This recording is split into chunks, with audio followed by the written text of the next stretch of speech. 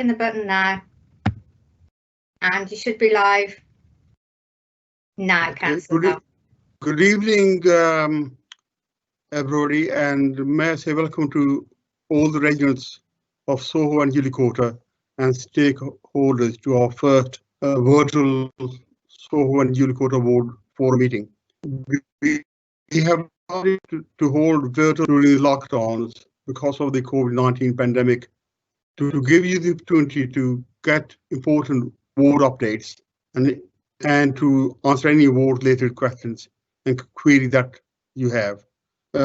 Please use the question and answer section on your chat box, and we'll try to answer them.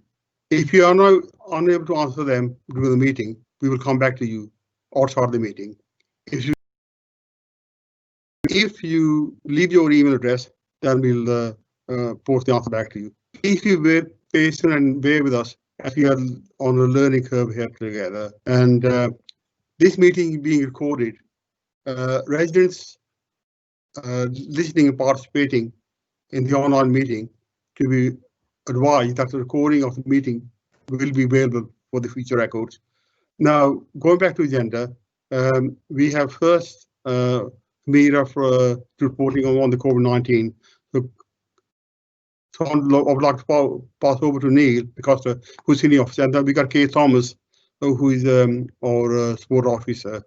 So I'll pass over to Neil to take over to move the next item. Before I do that, can I say I would give my thanks and gratitude to all the NHS staff and all the voluntary staff and everybody else who's making the effort to keep us safe.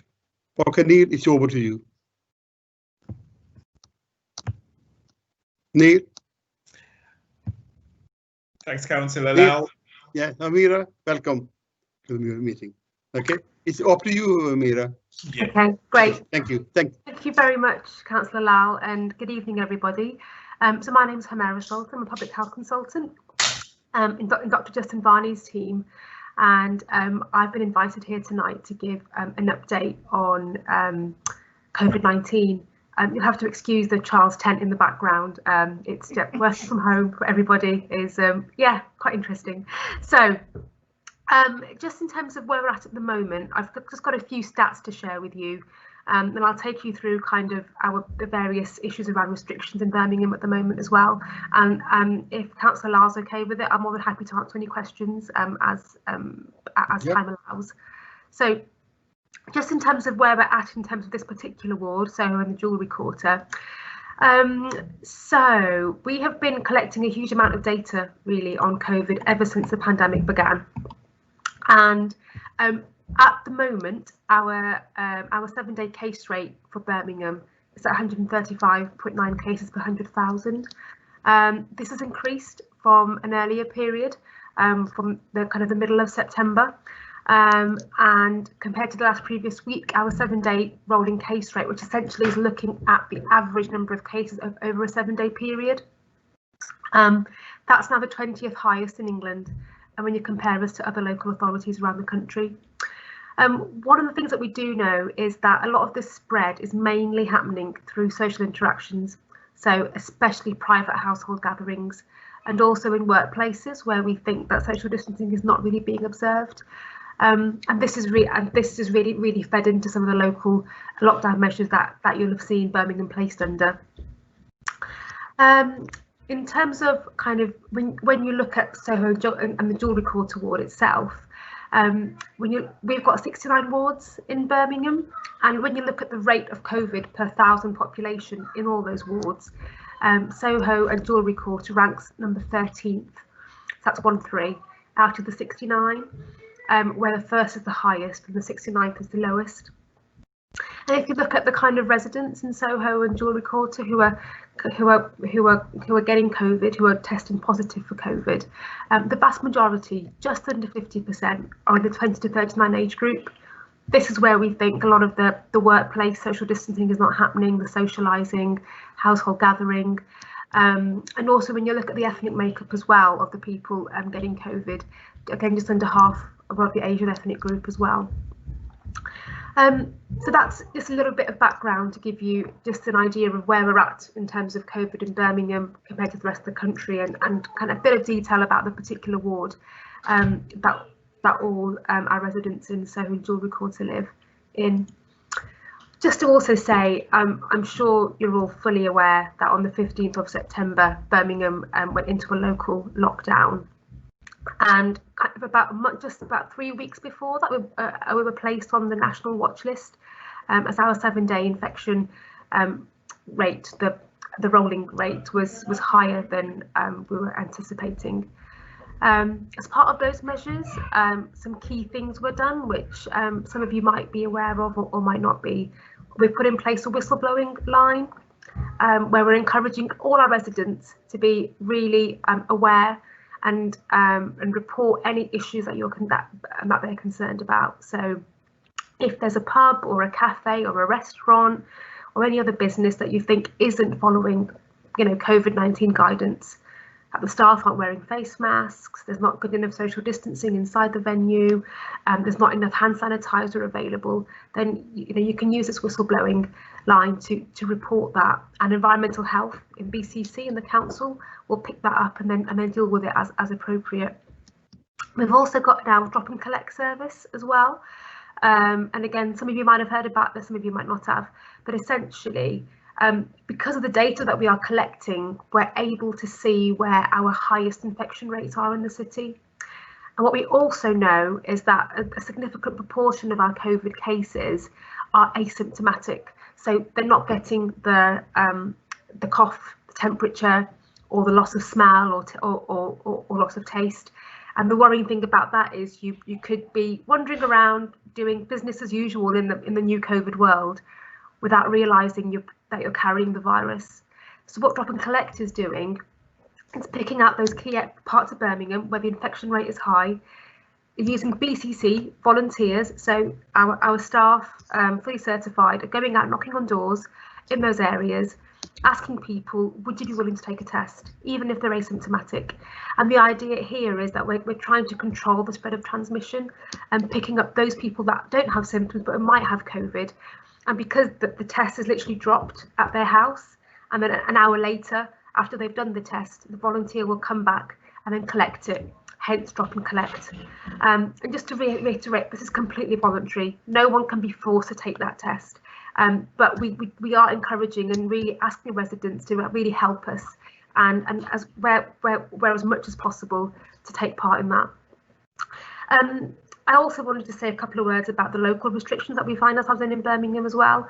The focus absolutely is on household mixing. So currently, sorry, that's my little boy. I can just hear him saying mummy. So he's looking for me. He's trying to find out where I am, and I've closed the door. Sorry about that. So essentially, from looking at all our data, what it suggests is it's household gatherings that are driving this COVID spread. And that's why we have the local restriction on household mixing. And I can't urge this enough to our local residents to please take heed of this. If people, if it is possible for people to report families who are not upholding this restriction, who are breaking it. You can report it to the police on 101. We have an online form as well where you can report it. Of course, we don't want people being fined for doing for doing things, but that has been put in place to try and really discourage people from mixing in households. Having said all that, the basic messages, you might have seen this around the media, on our BCC social media, on our comms. There's a whole message about hands, face and space. So even though we've got restrictions in place, washing your hands is still really important. Frequently, 20 seconds, soap and water. If you can't wash them when you're outside, hand sanitizer. Use of face coverings, so covering up your face, especially in enclosed spaces, shops, restaurants, where you might not be, where you're around people that you wouldn't normally be around, so public transport especially as well, and space. being aware of your space and someone else's space, and that 2 metre distance is all really important. So none of that has changed, even though we've gone into a local lockdown. So I'm going to stop there if that's okay, but very happy to take any questions that anybody might have, and I'll do my best to answer them. Thank you, Amira. Is there anybody there to ask any questions? Councillor Lal, I'm just looking at the chat box, and so far we haven't had any questions that have come through. So, Amira, I think that you've escaped, actually. So obviously a good, clear, precise presentation. So thank you. Okay. And what I would say, sorry. I wanted to add, Councillor Alan, Neil, if anybody thinks of anything after the session or during the session after I've gone, I'm sure Neil can pass them over to me, and we can get them answered for you. So don't feel this is the only opportunity you've got to ask those questions. So very happy to do that. So Peter, the issue you raised about the social mixing, family mixing, how we can get the message across that the people can take their own responsibility for their own lives? What can we? This is where we're looking at members of our community, our councillors who have got an esteemed place in our communities. The kind of people that our residents respect, who could go to, who listen to, our faith leaders. Justin, our DPH, has got a really good connection with our faith communities now, and all the leaders in that space. And we're asking for those messages to be said by those individuals as well. And I think it's just about repeating it, Councillor Lal. It's about making it available on a range of different channels. Justin's done a huge amount of work on local radio that supports different languages as well. Council officers, we go on and kind of go on to frequently ask questions, sessions with other parts of the system.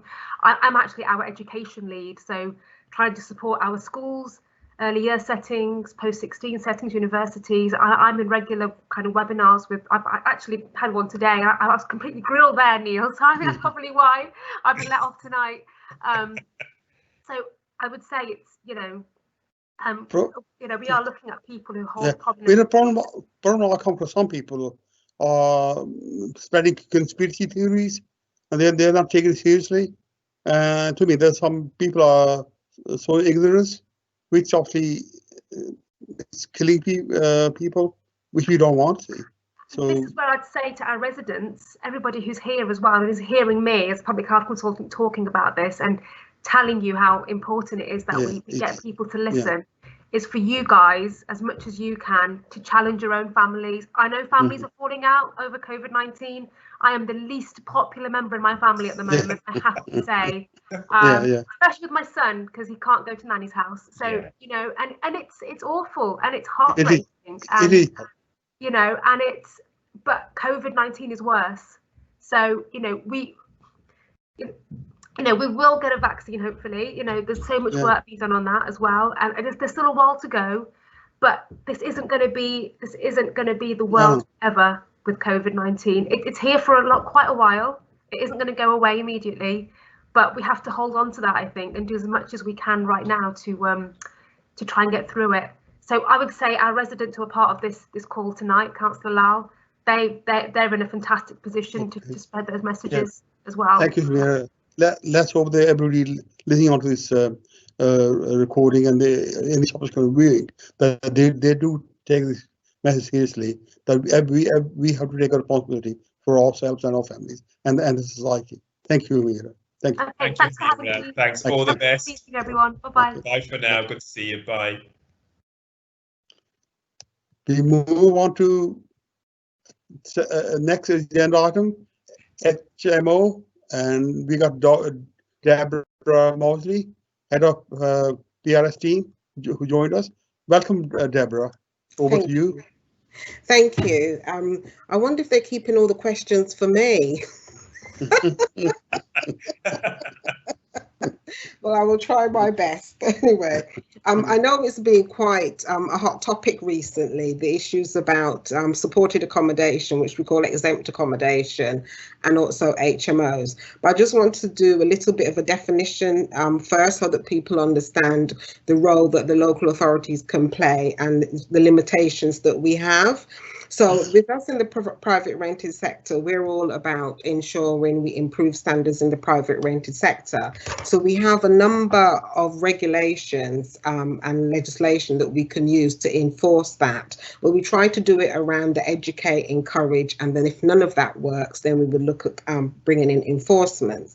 One of the ways in which we actually regulate the private rented sectors, we have something called mandatory license, and that is for houses in multiple occupations, HMOs, and that's a specific definition. It means that where you have 5 people or more living in the same accommodation but they're not related and they're sharing communal facilities like kitchens and bathrooms and say lounge facilities, that would be an HMO that we can license. But there are also other types of HMOs, and because of the way that they're used and by who they're managed by and how they're registered, we may not have we may not have any ability to enforce any antisocial behaviour or any if the landlords don't manage the property appropriately. In the private tenancy unit within the service as well, we will deal with conflicts between landlords and I can hear feedback. Between landlords and tenants, we would advise both sides as well, and we would take action against landlords who either illegally evict or harass their tenants also. And currently at the moment, because of the COVID situation, it's proved very difficult for landlords to actually evict their tenants because the government's sort of brought in a moratorium which saying that if you want to go forward and to look at evict a tenant, you have to, from the 29th of August, you have to give them at least 6 months notice. So hopefully that was to help people get over the Christmas period and the winter period while we're going through this pandemic. So if anybody feels that they know of anyone or themselves are in the situation where the landlord is trying to evict them, please let us know, contact us. And our email address is prs@birmingham.gov.uk. One of the things we also look at improving is bringing empty properties back into use, because when empty properties are left empty for a long period of time, you could have a situation where you either get blight, or it could lead to nuisance. It can even lead to criminal activity in the local neighbourhood. And also for those of us who may be concerned about property prices, it could also lead to a decline in property prices. But more importantly, we have a homelessness crisis in the city, as we're all aware. Most of those empty properties are actually family accommodation, of which we have a very short supply. So in the service, we're not only bringing them back into use, but we're now also looking at going forward to see how we could bring those properties into the council's remit so that we can rent them to, homeless families who need them. So that's generally what the private rented sector do. Now, there's exempt accommodation that I know a lot of people have heard about. That's really supported accommodation. It's not regulated by local authorities. It's regulated by the Regulator of Social Housing, and that's a government agency. That agency specifically, it tends to look at registering those RPs, that's registered providers, that have got 1,000 units or more. But primarily what they're looking at is they're saying the registered providers provide supported accommodation. So what they should be doing is providing support to the tenants who live in those properties. These tenants tend to be vulnerable, but what we're finding recently, especially within the last 2 years, there's been an explosion of this type of exempt accommodation. One of the reasons it's called exempt accommodation is because it's exempt from most of the regulatory legislation that we have available to us, even in terms of housing benefit. Housing benefit is like the minimum regulation that we can get from a city council's point of view. It's the regulations that we have available to us to deal with enforcement, mandatory licensing, selective licensing, additional licensing, and or HMO management regulations. accommodation that is classed as exempt accommodation, they're exempt from all of those regulations. We recently brought in Article 4, which makes that any new property that's looking to become an HMO would have to gain planning permission for that allow them to operate in that way. Exempt accommodation is also exempted from Article 4. So what I will say, the issues around exempt accommodation is far wider than one particular service in the City Council. It's a cross-service issue. It's around benefit service, planning, community safety, adult social care, obviously housing and PRS, and our partner organisations that we work with, like the police and fire service. Over the last 2 years, there's actually been an increase in this level of exempt accommodation. We've gone from about 11,000 across the city to 19,000 as at this month. And what we're finding in doing the research is that it's increasing approximately on 1,000 units a month. And I would say the reason for that is that for landlords, it's quite lucrative, because if you're actually registered as an exempt provider, rather than being able to charge the local housing allowance rate for a single person, the room rate, which is about £60 or £70, you can be charging £200 to £300 a week per individual, because you're saying that you're providing the support. The City Council isn't against exempt providers. We just want to make sure that they provide the service they say that they're providing, because we've already got 1,200 units of accommodation that's been commissioned by the city, so that we can obviously place people in what we know is proper supported accommodation. So how we're trying to deal with it, and I will give you some figures in relation to Soho and the Jewellery Quarter when it comes to exempt accommodation. How we're trying to deal with it is we're trying to have a cross-service approach in our government. So we've set up a working party which we're looking at the issues. Housing benefit, because they're the ones who will then decide whether the weekly rent is paid at the local housing allowance rate or the exempt accommodation rate. They've actually set up a team that will then review the rents of these organisations, and if they find that they're not sticking to what the services that they say they're going to provide, then they will take action. And in the past, we've taken over £1 million back. We've reclaimed £1 million plus from such providers. So the working group that we've set up is looking to provide an action plan and how we move forward, so that we can put some pressure on the regulator of social housing. We've also got a governance board that's recently been set up, which is a sponsor board, which is made up of cabinet members and directors from across the council. We're also trying to lobby. Councillor Thompson on a regular basis meets with the regulator of social housing and also from officers from the MHCLG to see, because one of the things that would really benefit us is if there was a change in legislation to say, irrespective of what type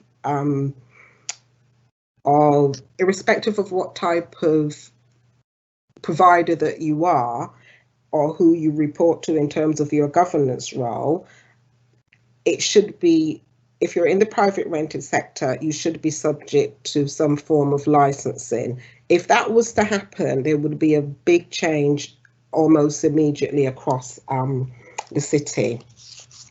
What we have done in the meantime with the resources that we have and the legislation that can help us, we've appointed 2 officers, and they were appointed at the beginning of September, and obviously following training and everything, they then started to implement the action plan 2 weeks ago, and they're working with the police and the fire service, and they're actually doing operations across the city. I don't think we've done any in Soho and Jewellery Quarter yet, but recently we did one in Broughton Road in Handsworth. So So we are actually tackling it. And how we find out about such accommodation is that we will get complaints either from neighbours, or we will get complaints from the tenants of the properties as well. And then that would give us the buy-in to go and actually review and see what's happening in the properties, and then take further action. There's issues around, where there's issues around ASB, those officers will also be involved, and they would work with our community safety partnership service, because the community safety partnership team, they have the legislation from the ASB Crime and Police Act 2014, where they can say community protection notices. So we work together to make sure that we could do that, to try and reduce the antisocial behaviour in an area. So our key challenges is really to try and stop the growth of this type of accommodation, while trying to see if we can make some change around the current regulatory framework that we have to work with. The regulator of social housing has a role in actually monitoring consumer standards as well. So we're collating information that when we meet with the regulator, we can actually provide that information to say this is the evidence that we're providing to demonstrate what is happening in the area. So in addition, what we would like to see is if there was a change in benefit regulations, which would mean that we wouldn't so readily and easily have to agree once people hit certain criteria to say, yes, you would be exempt from this accommodation, and therefore you'll be able to charge the exempt accommodation rate. So if you, I said I'd give you some figures in relation to actually the Soho and the Jewellery quarter. We've been doing some pieces of work recently called Housing Conditions Plus, alongside the work we've been doing with exempt accommodation, to identify the different types of tenure in each constituency and each particular ward. So in terms of looking at the private rented sector in the Soho in Jewellery ward, there's roughly 6,651 units which are private rented sector, which is basically 37% of the ward. But when we looked at exempt accommodation, in the constituency of Ladywood, there's 3,961 exempt properties that we're aware of, and in the Soho and Jewellery quarter ward, there's 334 that we're aware of. That information we've taken from the benefits database, because obviously people will be applying for benefits. So that is a picture for how Soho and Jewellery quarter looks like in terms of exempt accommodation. So I'll stop it then. If people have any questions they want to ask me, I'm quite happy to answer them. If I can't answer them, I will take them back and come back at a later point with the responses. Thank you, Deborah. And I'm pleased to see my colleague Constance has joined. Shiva, you okay? What are your microphone on? Your microphone is off, Constance. Your microphone is off. I'm very sorry for being late. My computer froze and I could not get on. So Julie just put work and got me back on. I didn't hear the topic of which you were discussing. So I would love to hear exactly what the topic was about. I came in the middle of it and I didn't get the sense of it. Okay.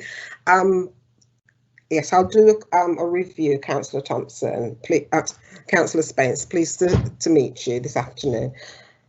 I was talking about exempt accommodation, and exempt accommodation is accommodation that is exempted for any regulatory or legislation that we have to to improve standards in the private rented sector. So it's exempt from the HMO licensing standards, any additional licensing or selective licensing standards. It's also exempt from Article 4, which was implemented June this year. And the only little bit of legislation would be the housing benefit legislation, but because they have to follow very strict criteria, again, they have very limited chances to actually decline an application for exempt accommodation status. And we know, I was saying that we know that recently it's been causing difficulty because in the last 2 years, exempt accommodation there's been a vast increase in the amount of units across the city. So from 11,000 approximately, it's now up to 19,000 as of this month, units of accommodation, and it rises by about 1,000 units a month. Now, we know the attraction for it is because if a rent is exempted in housing benefit element, it means that they won't be charged a local housing allowance rate for a single person. They will be charged, they're able to charge £200 to £300 a week. So in some ways it's quite a money-making feat for landlords. And because the Register of Social Housing, who are the person who actually regulates exempt accommodation, we're actually working, Councillor Thompson has been working with that organisation to try and bring changes to bear so that we could have a bit more control. Ideally, what we would need is a change in the law to say it doesn't matter who the providers are, so long as it's rented accommodation, it needs to be regulated and be subjected to the regulations that we already have in place. So I think that was a summary of my presentation, and I then gave out some figures about,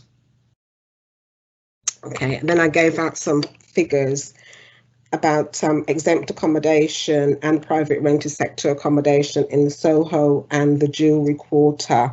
So in terms of private rented accommodation in Soho and Jewellery quarter, there's 6,651. In terms of exempt accommodation, as far as we know to date, and that information's been taken from housing benefit statistics, it's 334 exempt units of accommodation. Yes, the problems that we are having in Soho, not so much the other part of JQ, like in this part of Soho, is the people who are renting these properties, the problems they are causing to the wider community. I do not understand why they make their lives so miserable. That is not fair on people who live in the area for a very long time and living at peace and know their lives are interrupted because of what is happening in the private rented sector accommodation. So we would like something to be done to vet those people who are going in the accommodation and to give them proper direction of living into a community, because everybody needs somewhere to live. But I don't understand the landlords if they're not telling the people who they're putting in these accommodations how things go in this side of the area. It is so important that people are told that they cannot live the way they used to because they are living among other people. So I don't know what you can do about that, but it's so important that you change that type of behavior that they are displaying in the community. Okay. Councillor Spence, just before Deborah comes in with a response to that, we do have two other questions in the chat box. that I'd like to read out if I can, Deborah, and maybe Yes, you can take it please. together. I think it probably makes sense to do it like that. Yes, please. So Bob Bellew, who's the chairman of Soho Road Business Improvement District, has asked what is happening in stopping any further HMOs, exempt accommodation, social housing being flooded into the Handsworth area. Now, I do note that it's a general Handsworth area, and this is Soho and Jewellery Quarter, so obviously it's a different meeting, but you might have some comments. And he mentioned that there has been an increase in ASB and crime directly linked to that, and obviously that's impacted the bid area, but other areas as well. So that's a general comment. And also there's a question from an anonymous person. A planning application for a 5-storey building on the Charles Green site will be decided next week, Thursday. It violates the residents' right to light and privacy and goes against all the Jewellery Quarter heritage and planning guidelines. BCC has recommended to approve this. What can residents of the Jewellery Quarter and councillors do to prevent this precedent of overly large developments in the ward? Okay, so those are the questions, Deborah. Okay, well, I'll be upfront and say the last question, I'm not going to be able to give you an answer today because planning is not my area of responsibility. But what I can do is I can take that away and get a response for you. In relation to what can we do to regulate the private rented sector, the council is trying to do everything it can currently within its power. So one of the things we brought in June this year was Article 4. And what Article 4 looks at is those properties that small properties that want to change from being, say, a small family accommodation into an HMO and obviously or large accommodation, they will have to apply for planning permission.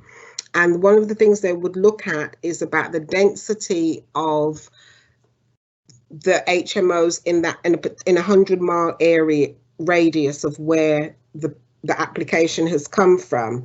If they feel the density is too great, they may actually decline that application, but they have to look at all the works. And also one of the things they would look at, if you've got 2 HMOs and then you've got some smaller residential accommodation in between those HMOs, they may also think that that density is too great and may decline it on that basis, because they've got strict regulations that they have to follow. What I will say though, because our experience is that residents will say, well, recently this property changed hands and it's an HMO. If it was an HMO already, it can continue to be a HMO. So the Article 4 only applies to new accommodation that wants to become a house in multiple occupation. It's not retrospective, and I think sometimes that's where there might be a bit of confusion in relation to the ASB and the crime, whether it's, obviously Bob's interested in Soho Road and Handsworth, but it's also appropriate for all the wards and constituencies in the city. We do tackle that for ourselves when it's a non-exempt property. So within the city council, we have our we've got our community safety partnership, but also within those properties that can be licensed under HMO licensing, within those standards, we can put criteria that the landlords are responsible and we can take action against those landlords. When it comes to exempt accommodation, we don't have that much say over what the landlords can do, but we have recently employed 2 officers to specifically work in this area.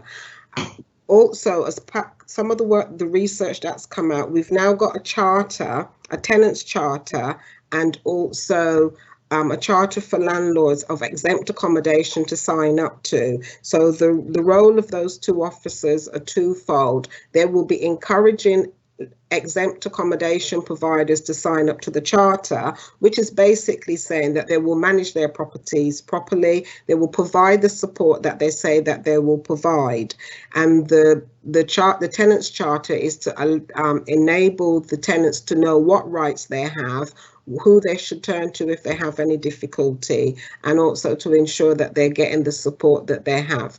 So that work has recently started. So what I would say also, if you do have any issues around ASB, if you have any complaints, if you would email that to prs@birmingham.gov.uk, then we would actually look into it as well.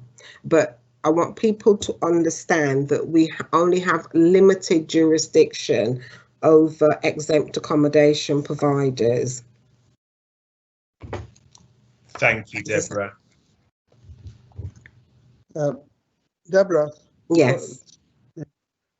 We were trying to get a private landlord licensing scheme. Somehow it got held back. Do we know where we stand with that? That would be the answer to a lot of the problems we're having at the moment. Landlords who are absent landlords, they got buy-to-let properties in the rundown areas, and the tenants are giving all the problems in the neighbourhood, including increased fly tipping, every dumping, and landlord has no control over the tenants. Unlike the social landlords, even Birmingham City Council tenants, we have tenancy agreements. But private landlords don't have that, so that's why they don't take any responsibility for their either property or their tenants. So how we can make sure that the landlord is held responsible for their lettings, and secondly, these exempt properties, how are they scrutinized that A, that they are supporting the residents in these accommodations, and B, they are also taking care of the property and the neighborhood. Okay, I mean, the first one, in terms of the private landlords, they do have to give their tenants tenancy agreements. The minimum they should give them is an assured short-hold tenancy. So, but for those landlords, what normally happens once they've let the property, and the tenants are responsible for looking after the boundaries that they're renting.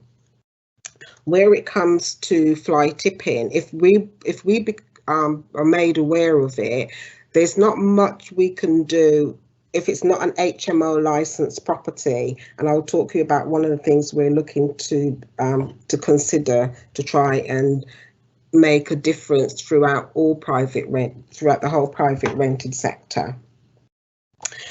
So if it comes to waste management and fly tipping, I would suggest that it's reported to our waste management division. If it's actually within the property boundaries, there isn't much that they can do because they're responsible for just the public arena. If the fly tipping and also if it's an unruly garden or there's lots of rubbish within the boundary of a property that someone is rented, then it can be reported to regulatory services, which deals with things like rat infestation or any of that ilk. So again, they will actually come out and do something about it as well, and they can take action against the landlord. And we work quite closely with regulatory services. Where we get complaints that we know that we're not able to deal with and regulatory services have the power to do that, we will then send it to regulatory services and they will take it up as well. So that's what we do in terms of private landlords. In terms of empty properties, we think there are about 10,000 empty properties across the city. At the moment, the resources that we have, we can't deal with everyone that we have, because sometimes it could be quite a long process to try and find out who the actual landlord is, because some landlords become landlords just by accident, because they might have inherited, unfortunately, because the loved one has died and they don't really know what to do with that. Where we make contact with those people, we will then work with them and encourage them and tell them what to do with their properties. Then there's some landlords who, although we try to work with them, they feel that it's their right to keep their property empty. And what we would do, the council tax actually doubles their council tax if it's left empty for more than 2 years. And if it's left longer for more than that, and we're working on it, we will start taking steps. One, to work with them if they refuse to work with us, but then we would start taking steps to bring that empty property back into use. And what we will do is that we would have that property vested back into the local authority. In the past, what we have done is that we've sold those properties by auction, and part of the condition for the person who buys the property is that they have to have it up and running with 12 months after they've bought it. So we attach that as with it. For those that we don't sell, we now think, well, this is actually, we could make use of those properties as well, because we have quite a high demand for family accommodation, as you know. So we're now working with legal services to actually keep those empty properties that we bring back into use, and we will then do them up and also rent them out for people on our housing register and who are homeless. Councillor Lell. Thank you, Deborah. Are there any other questions? Yeah, Councillor Lell, just one comment, and thanks very much indeed, Deborah. So there's another comment that's come in, and it is money making is the topic here. They should be subject to regulations that are already in place. Yeah. Please apply this to the Charles Green site as well to prevent money making at the cost of local residents. So that's just a comment. Yeah. Thank you. Thanks, Deborah. Okay. Is there any more questions? No. Not as far as I can see. You. Okay, thank you very much. Deborah, thank you, Deborah. Yeah, thank you. So much. Thank you very much. Okay, Deborah. Yeah. Thank you. Okay. Bye-bye. We move on to the next agenda item. Soho first CDT update.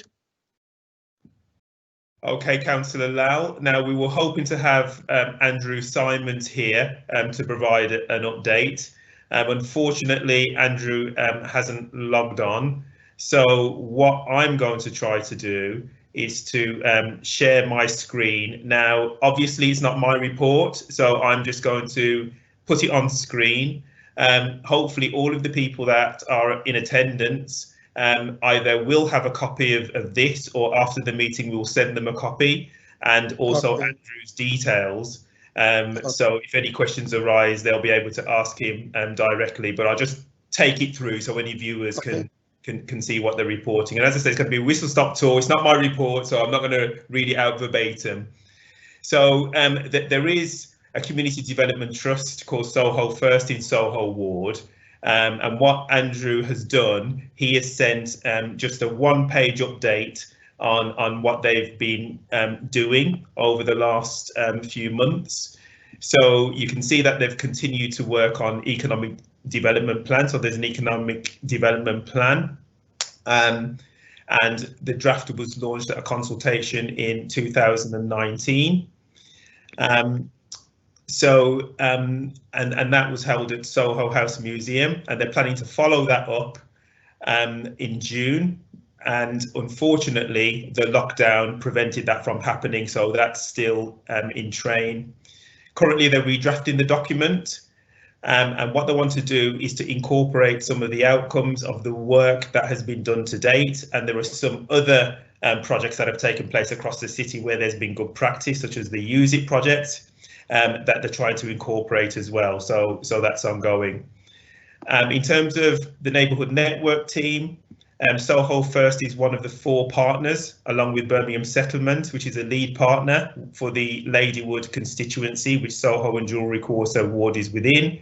the Neutrals Pod and Carris Neighbourhood scheme. So they've been involved in delivering on the Neighbourhood Network scheme. So the Neighbourhood Network scheme essentially is a programme that runs across the 10 constituencies of Birmingham, and it provides opportunities for activities within neighbourhoods for persons 50 plus to engage in within their neighbourhood areas. So they've been supporting that work as well. There is a Soho First website. So again, you'll be able to log onto the website to find out some more information in terms of what Soho First's plans are. And Andrew's also updated on changes in trustees. So since the last AGM, a number of trustees have stepped down, including Adela Pritchard, who some of you would remember, and she's now moved on from community minister at Bishop Latimer Church, and is now in Swansea. So Cam Camp has now moved to Worcester, and Thomas Cantwell has moved on as well. So there have been lots of changes. It's a shame that that Andrew can't be here, but one of the good things is they're planning an annual general meeting soon, and they're going to have that via Zoom. So what I would ask Andrew to do is to forward the details of that to all of the contacts on the ward mailing list, so you will have an opportunity to attend that if you would like any further information in the future. I'm quite happy for you to put any questions in the chat box, but as I say, I can't answer them. It's not my report, but we will kindly pass them on to Andrew to answer for you. Neil, sorry to butt in, it's Kay. I think Andrew is actually here as an attendee, so if anybody has any questions, if they put them in the Q&A box, I think he will be able to pick them up and answer them. That is fantastic. Thank you, Kay. Oh, I can see Andrew's. I was up reading the document, so I can see Andrew's message. He is here. So, are there any questions? And what we'll do, we'll read them out, and then Andrew will answer them. Okay. In the meantime, we'll move on to the next agenda item, the Neighbourhood Network. Okay. So again, we were hoping, and Kay will tell me whether Carly Mackenzie has been able to join us. Kay, on the chat? I don't think she has. No, sorry, Neil. Right. Oh, okay. No, she is. Sorry, she's just put a message in the Q&A box as well. So she is here. So she'll be able to answer any questions in the Q&A box. Okay, so again, Councillor Lau, what I'll do, and again, it's not my report, but I will be able to show viewers, hopefully, the report. So can everybody see that? Yeah. Fantastic. Okay, so I'll just go through it very, very quickly. Again, if you haven't received this already, it will be available for you. This is just an overview of Ladywood Neighbourhood Network scheme for today's meeting. So I'm just going to go through the main headings of the report, really. So the first item was the Community Asset Register. As I explained to you before, that neighbourhood networks, they are in operation across Birmingham's 10 constituencies. In terms of Ladywood constituency, of which Soho and Jewellery Quarter ward sits within, Birmingham Settlement are the main provider of the neighbourhood network scheme. So these are the things that the settlements have been doing. So they have a community asset register. So when we talk about assets within neighbourhood networks, these are organisations that provide activities and opportunities for persons aged 50 and above, although during the pandemic that age range did change, to access provision within their wards. So at the end of March 2020, in line with the city response to the pandemic, the settlement through the neighbourhood network schemes changed the way that they were working in terms of their asset mapping, and they have a spreadsheet now in terms of all of the assets or the organisations that are across the constituency, and the types of support that were provided. Obviously, because of the need within the ward, they changed from the normal provision that was being provided. So the types of support that was provided were things like food parcels, debt and benefit advice, befriending, online health and wellbeing activities, mental health support, etc. And they had to change, just like all of the neighbourhood networks did, to respond to some of the local need. Now, there's a steering group and a partnership development and relationships with local social workers. So there's a steering group that, if you like, has an overview of the delivery, and there are a number of partners that work with the neighbourhood network in terms of the provision that's required within the ward as well. And the key thing about neighbourhood networks, it's all built upon the need through social workers to link individuals with provision according to their needs within their wards. So relationships have been established with the local social work team. There's also a partnership board, and that's been set up, and there listed are some of the organisations that sit on the partnership board. There's some more information on the social work team and some of the things that they do. And the social work team has had to change the way they work as well, just because of the restrictions as a result of the pandemic as well. There's also been a small and micro grant scheme, and you can see there that grant awards totaling £89,634 have been awarded to numerous organisations as small grants to assist their activities that they're providing. And the important thing to mention is that the activities and services that are provided, they have come about by means or by way of needs assessments in terms of the gaps for provision that exist within the ward. And again, the points are made underneath as to how that provision has had to change because of the pandemic as well. There are some figures on the next slide here within this box. So it talks about the number of citizens that have been served from the 13th of April. So you can see that 2,353. The number of social work referrals, the age range, as I explained initially when neighbourhood network schemes were set up, the remit was providing activities and services for referrals for persons aged 50 plus. But because of the pandemic, you know, persons of that age live in families, and also the neighbourhood networks have had to respond to the need right across the neighbourhood. So you can see that the wide age range there. In terms of the over 50s, the citizens that were supported, you can see 70% of those were aged 50 plus. Children and families, 30%, and homeless citizens, 6%. Okay, so there's a good news story there. So a lady from Great Bar found £5 on the road, and she added her own money and bought food, which she donated to the food bank. I mean, there've been so many examples during the pandemic of how residents, neighbours, organisations have just responded to need. It's been absolutely fantastic, and as a neighbourhood network scheme that's delivering provision in the area, they've been able to obviously bolster and enhance that. And you know, there's been an absolutely fantastic community response given the grave circumstances. So in terms of community asset development and capacity building and scaffolding, so this is the support that the neighbourhood network provides for organisations.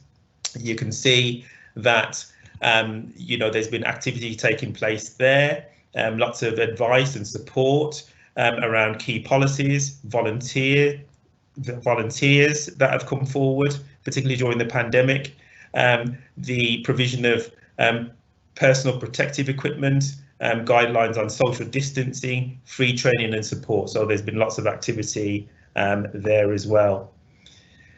Something on coordination, so in terms of being one of the lead agencies within the constituency, there's been ongoing work with the overview that BVSC have provided through the sector, and you can see that as well as the response to COVID-19, there have been lots of the regular activity that the Neighbourhood Network scheme is supposed to deliver in terms of continuing to map the provision that's out there, the assets that are out there, the emerging groups and those that are providing services within the community, making contacts with existing assets or organisations, to find out whether they're still open or closed, what the situation is, because obviously the pandemic has impacted many organisations.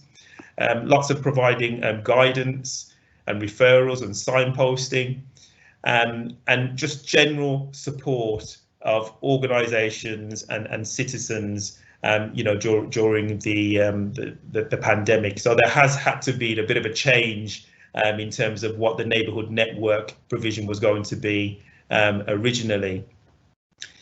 So in terms of citizens, there's citizen representation across the 4 wards within the constituency. And some of the challenges have been identified, which it's important to kind of consider those at the moment. So the Neighbourhood Network scheme has, faced a challenge of momentum. That's because some of the assets or the organisations have closed down. Many are reluctant to continue operating. Obviously, there's been the most recent lockdown in Birmingham, that's had an impact as well. So anxiety, etc., etc. Advocacy and mentoring. So you can see that a lot of the grantees have had to adapt or readapt their provision to respond to the need within the neighbourhoods. Citizens, there's been a massive impact, particularly on senior citizens as well, given the length of time that the pandemic has, gone on for. And then obviously there's even more concerns now around the kind of reimposed local lockdown. And in terms of the social work teams, there have been a lack of communication as well, and some that's due to the fact that some of the teams have changed and also responding to the new way of working as well. I'll just go through a few gaps in provision that still exist. So befriending, learning disabilities, advocacy, etc., etc. You can read through that, and there are some good news stories here as well. So I'm just conscious of time, so I'm not going to kind of go through it any more detail than that, because as I said, that this report can be circulated. It's not my report. If you've got any questions, fortunately, Colin is on the chat, so you can put your questions in the Q&A box and we can ask and we can wait for a response. Is that okay, Councillor? Yeah. Secondly, the question I have, Neil, is this is the first time I'm hearing this report after a long. I never had a report from the Neighbourhood Network. I want to know, how did they engage the local members, and how did they engage the residents, and what pro rata grant they had for the Soho and Jewellery Quarter Award, and how they use that grant for Soho and Jewellery Quarter Award. I want the actual work they've done, because I don't know whether Colleen can respond now, but I'm speaking on behalf of the residents. We never heard of this Neighbourhood Network till recently, and this is the first report I'm seeing.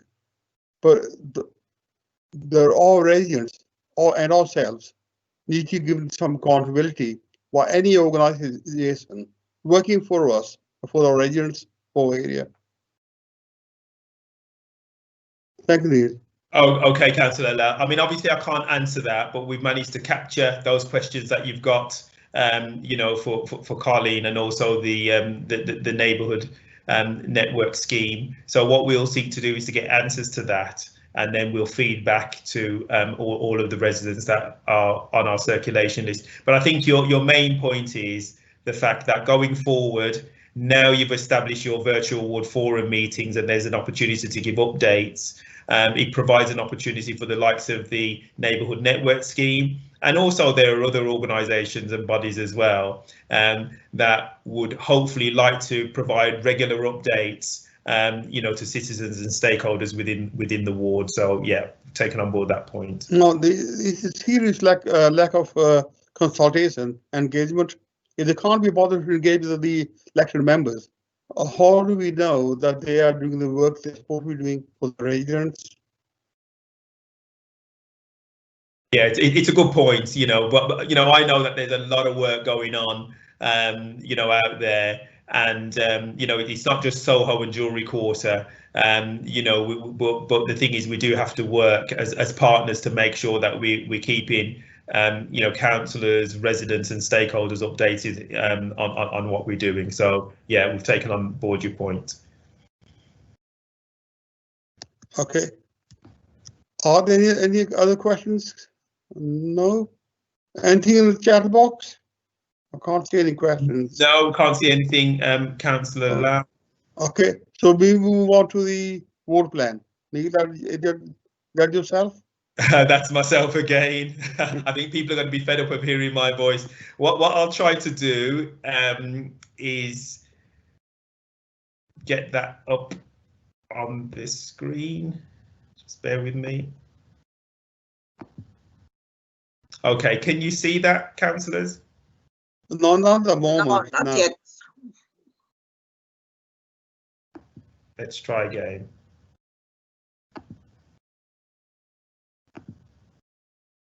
Yeah, hopefully you should be able to see that now. Okay, yeah.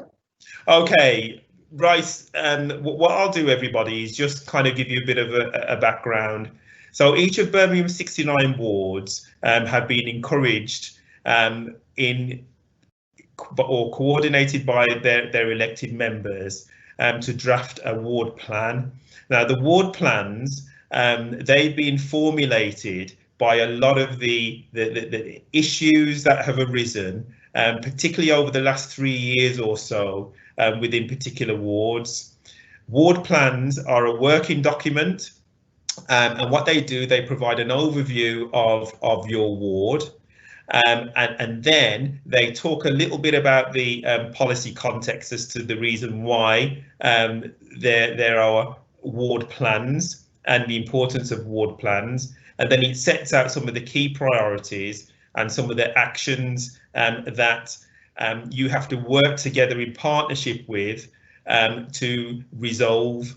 And I have to make the point that these are working plans. So your councillors have been working with officers and also in terms of residents and the intelligence, you know, or the information that we've had over a number of years of areas affecting the ward. So we're going to take you through a draft of the ward plan. After I've taken you through a draft of the sections of the ward plan, I would recommend to councillors that those that have a copy of it can have, you know, about 2 weeks, if you like, to go through and to suggest any amendments or any items to be put within the ward plan, so we can come up with a finalised draft. When there is a finalised draft, that will be uploaded onto the City Council's website under the Soho ward, so it's available for public view. And then we're hoping that going forward, that during your ward forum meetings, at a frequency that you need to decide, that your ward plan is reviewed, so it's a working document according to things that change within your ward. So that's just an overview of the reason why we're doing them. So this is the draft ward plan. The first page, it has a map of the area, pretty straightforward. and then the content. So the contents in this ward plan, it provides a ward description, a policy context, so that's the reason why, priorities, and you can see that the priorities span from 2012 to 2020, and the reason for that is because a lot of the issues, obviously, we've been tracking them over a long time. A section for useful contacts, a declaration, and the priority action plan. So the ward description, I'm not going to read through in any great detail, but it provides context of the ward and the population, some context in terms of the demographics, and where it ranks in the city according to different things. Details of your ward councillors, which hopefully you know. Details of the Member of Parliament. And then it goes into the history of some of the key assets and areas. So you can see the Jewellery Quarter, some information on the Jewellery Quarter going through. Okay, the canal, St. Paul's Square. So as I say, I'm not going to bore you by reading through all of this, but this is your opportunity to put some facts and some details in about Soho and Jewellery Quarter ward. Then the next section goes into some key information, which will be very, very useful, I'm sure. The information is as good as the time that it was collated. So some is dated, I will have to say that, but still it's just important to have some context. So you can see some useful information there in terms of housing tenure, some key facts there as well in terms of life expectancy and public health information there, details of the primary schools that exist and some of the key organisations and significant resources within the ward. The policy context, so the reason why we have recommended as a council that each ward has a ward plan, the importance of the localism paper and the policy context there, because we've got a white paper working together in Birmingham's neighbourhoods, which sets out how the council would like to work with residents and stakeholders going forward. So there's some information on that. The council's priorities and the council's vision. And this is the important thing I think that most people will be interested in, the ward priorities that have been, collated over a number of years. And just like we were talking about exempt accommodation before, and there will be other issues that emerge, this is why the plan is a working plan. So some will be relevant, and as I say, some other priorities will emerge as time goes on.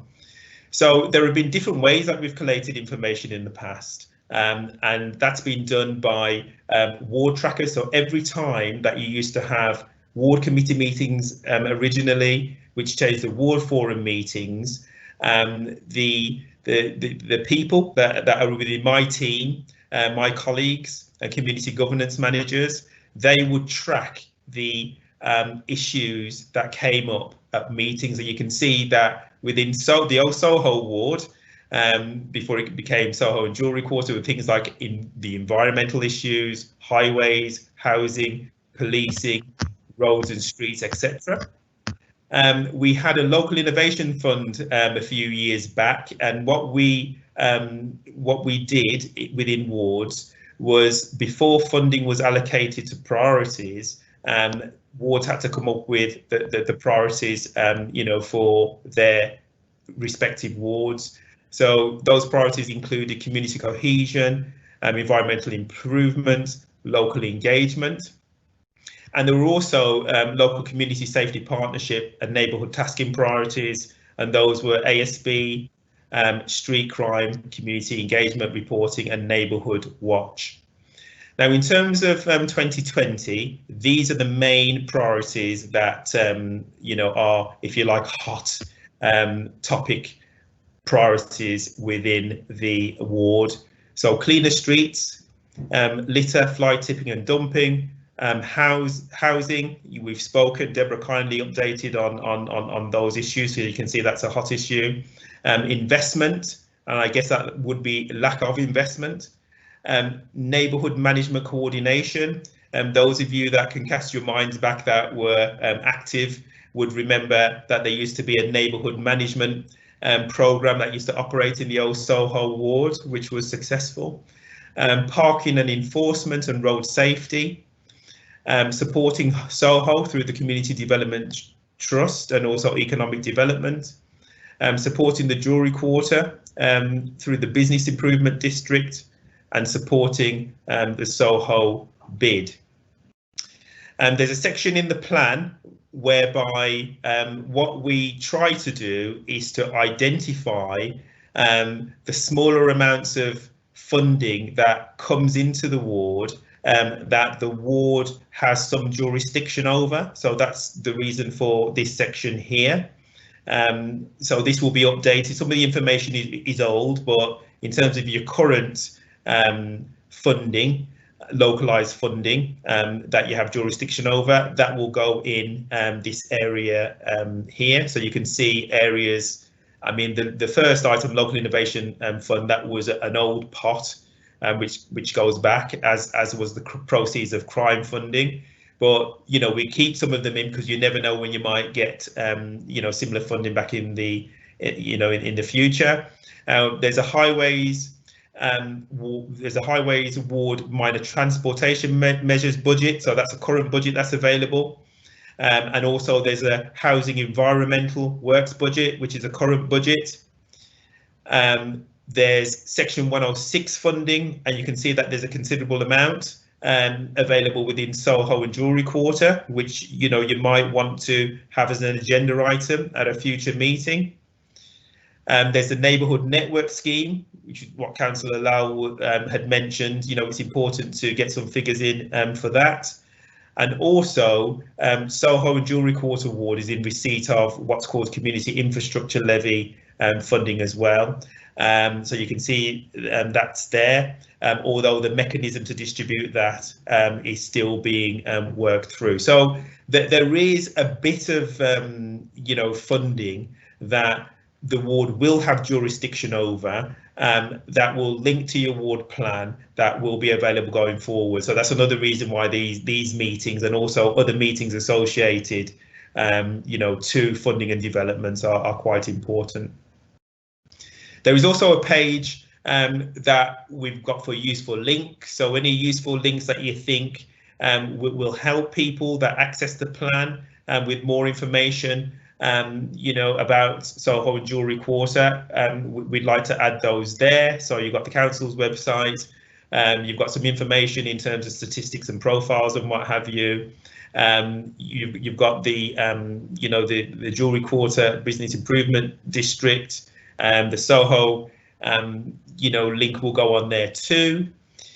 The declaration is pretty straightforward. So when you've all agreed the plan, the councillors will sign it off.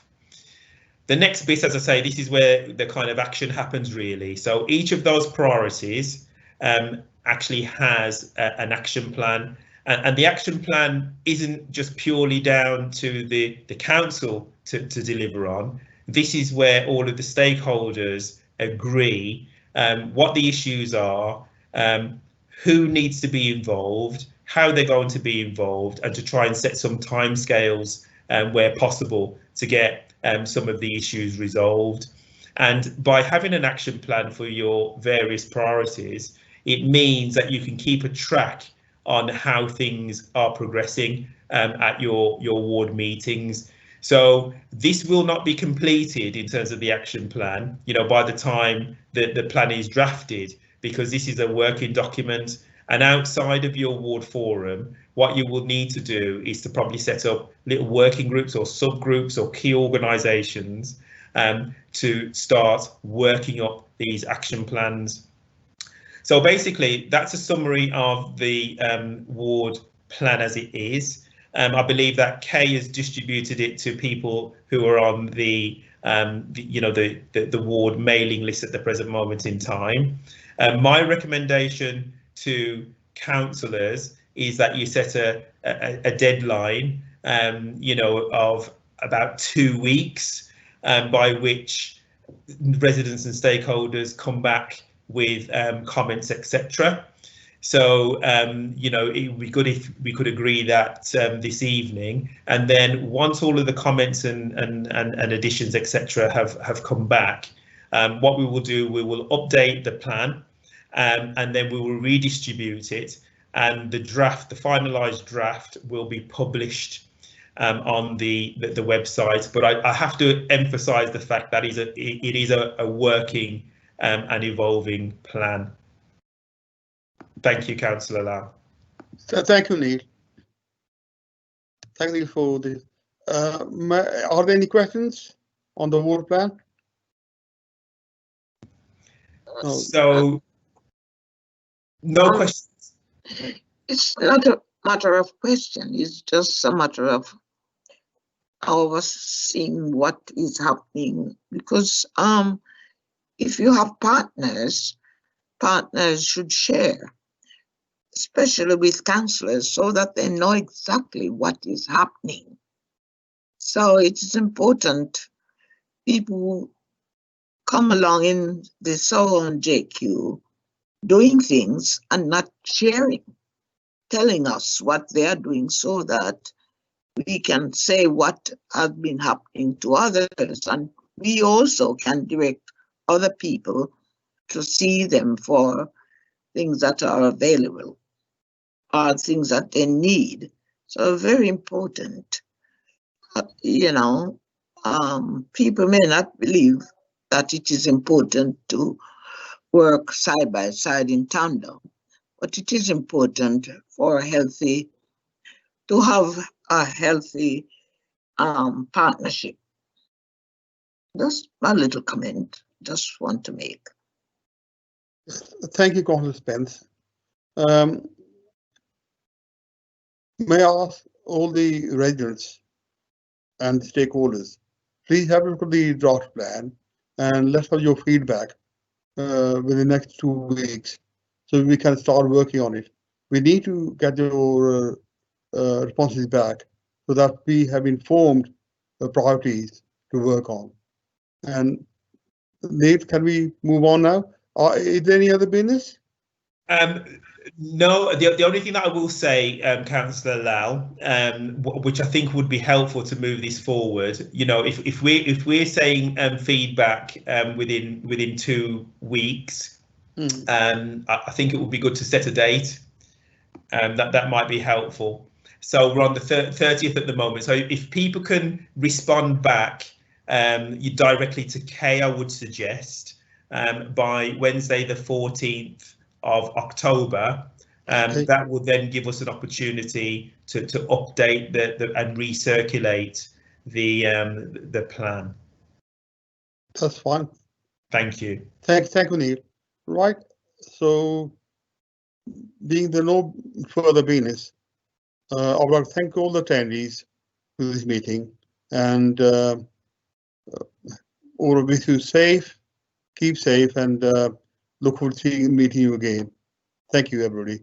Thank you, Councillor. Thank you. Thank you very much. Thank you. Thank you. Okay. Thanks, Councillor. Sybil, you want to say anything? Sybil?